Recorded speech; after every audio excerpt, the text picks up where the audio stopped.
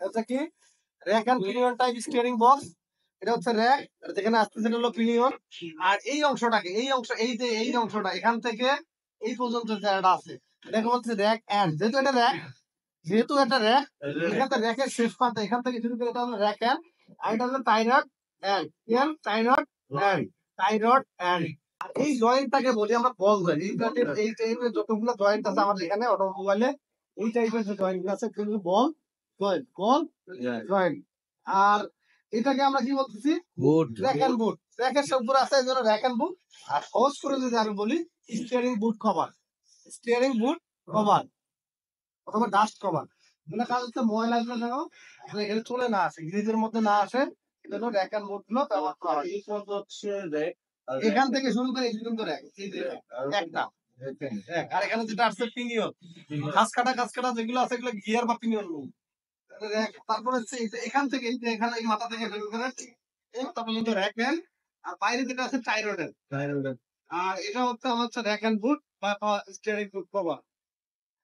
আর এটা হচ্ছে CV joint, constant velocity joint. কি জয়েন্ট? কনস্ট্যান্ট মানে কি? কনস্ট্যান্ট মানে পুনরাবৃত্তি। সব সময় সমান রাখে বলে কনস্ট্যান্ট না sir, constant constant velocity, CV joint. এটা মানে কি?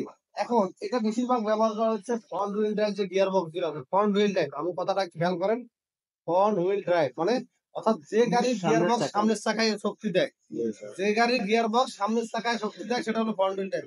বিশেষ করে প্রাইভেট কার গুলোতে আমরা front wheel drive gear box ব্যবহার করি। প্রাইভেট কার গুলোতে কি ব্যবহার করি? Front wheel drive gear box ব্যবহার করি।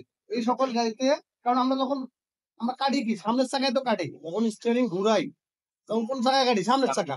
যখন আমরা ফুল কাটি তখনই এই শক্তিটাকে সমানভাবে রাখার জন্য, এই জন্যই বলা হচ্ছে এই জয়েন্টটাকে বলা হয় সিবি জয়েন্ট, সিবি জয়েন্ট। কারণ আমার সামনের চাকা তো কখনো ডানে যাবে, কখনো বামে যাবে, কখনো সোজা চলবে। এই যে গতির যেন তারতম্য না হয়, ঘূর্ণায়মান গতির যেন পরিবর্তন না হয়, এই জন্য হুইল হাফসের সাথে চাকার যে হাফস, চাকা যেখানে লাগাই এটাকে বলি হাফস, হাফসের সাথে আমরা কি ব্যবহার করি? সিবি জয়েন্ট ব্যবহার করি।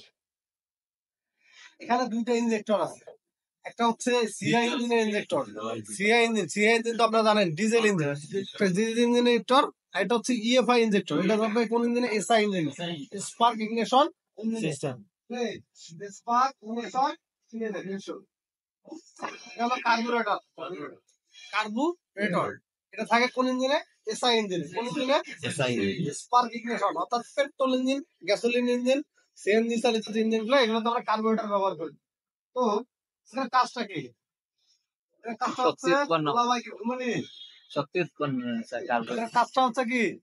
এটার কাজটা হচ্ছে এয়ার এবং ফুয়েল মিক্সার তৈরি করা। কারণ যদি কোনো কারণে গ্যাসোলিন ইঞ্জিনে বা এসআই ইঞ্জিনে আপনি এয়ার ফুয়েল মিক্সার না প্রবেশ করেন সিলিন্ডারের ভেতর, সারাদিনে ইঞ্জিন স্টার্ট হবে না।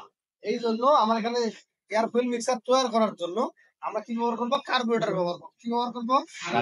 কার্বুরেটর। এটা হচ্ছে ভাল্ব। ভাল্ব তো দুই ধরনের থাকে, আপনারা জানেন অলরেডি।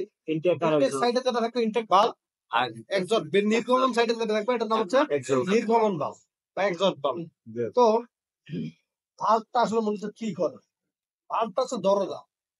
আমি যদি মনে করেন যে এই সাইডে একটা লাগাইছি, এই সাইডে একটা লাগাইছি, এখানে লেখা আছে এন্ট্রি, এখানে লেখা আছে কি এক্সিট, সেম কাজ করে এটা। অর্থাৎ ইনটেক ভালভের কাজ হচ্ছে এয়ার ফুয়েল মিক্সার বা এয়ার বাতাসটাকে ভিতরে প্রবেশ করানো। আর এক্সস্ট ভালভের কাজ কি? বাইরে বের করে না। সেম ভালভের কাজ হচ্ছে বাতাসটাকে প্রয়োজন মতো ঢুকানো আর পোড়া গ্যাসটাকে বাইরে বের করার জন্য আমার হচ্ছে একটা রকম ইনটেক ভালভ। চেনার উপায় হচ্ছে, চেনার উপায় ইনটেক ভালভ হচ্ছে চকচকা, এক চকচকা তুলনামূলক বড়। ইনটেক ভালভের যে হেড, দেখে বলে আমরা হেড, পাতা, এটা হচ্ছে কি থাকবে? বড় থাকবে। এবং এক্সস্ট ভালভটা কি থাকবে? ছোট থাকবে এবং কি থাকবে? পোড়া থাকবে। সমান না, পোড়া থাকবে। ইগনিশন কয়েল, ইগনিশন কয়েল কাজ হচ্ছে হাই ভোল্টেজ উৎপন্ন করা। কি উৎপন্ন করা? High voltage. কারণ আমরা গাড়িতে যে ব্যাটারিটা ব্যবহার করি সেটা সর্বোচ্চ 12 ভোল্টের। এই 12 ভোল্টের ব্যাটারিকে আমরা 20 থেকে 50,000 ভোল্টেজে রূপান্তর করি। কার সাহায্যে? ইগনিশন কয়েলের সাহায্যে। কার সাহায্যে? ইগনিশন কয়েলের সাহায্যে। এখন ইগনিশন কয়েলের দুইটা ওয়েন্ডিং আছে, প্রাইমারি ওয়েন্ডিং, সেকেন্ডারি ওয়েন্ডিং, বিস্তারিত পরে পড়বে। ঠিক আছে? ইগনিশন কয়েল কাজ হচ্ছে ব্যাটারি যে 12 ভোল্ট সেটাকে 50,000 ভোল্টেজে রূপান্তর করার কাজটা হচ্ছে ignition coil coil, ignition coil গাড়িতে যে পরিমাণ বিদ্যুৎ উৎপন্ন থাকে ওই বিদ্যুৎ দিয়ে পুরা ঘর- না, আমি এটা এই যে এটা আরো সহজ করে বুঝবেন। স্পার্ক প্লাগ যে আগুন ধরায়, স্পার্ক প্লাগ যে আগুন ধরায় কার সাহায্যে ধরায়? এই যে ইগনিশন কয়েলের ইগনিশন কয়েলের সাহায্যে। অর্থাৎ ইগনিশন কয়েল হাই ভোল্টেজ উৎপন্ন করে কাকে দিচ্ছে? স্পার্ক প্লাগ প্লাগ গাড়ির যে প্লাগ আছে প্লাগকে দিচ্ছে। আর এটা ব্যবহার করা হয় কোন ইঞ্জিনে? SI engine. কোন ইঞ্জিনে ব্যবহার করা হয়? এটা কয়েক ধরনের হয়। এটা হলো বোতল টাইপ, আর হলো ইলেকট্রনিক ইগনিশন সিস্টেম। এটা হলো battery ignition system, ignition coil, battery ignition system, ignition coil এই ধরনের।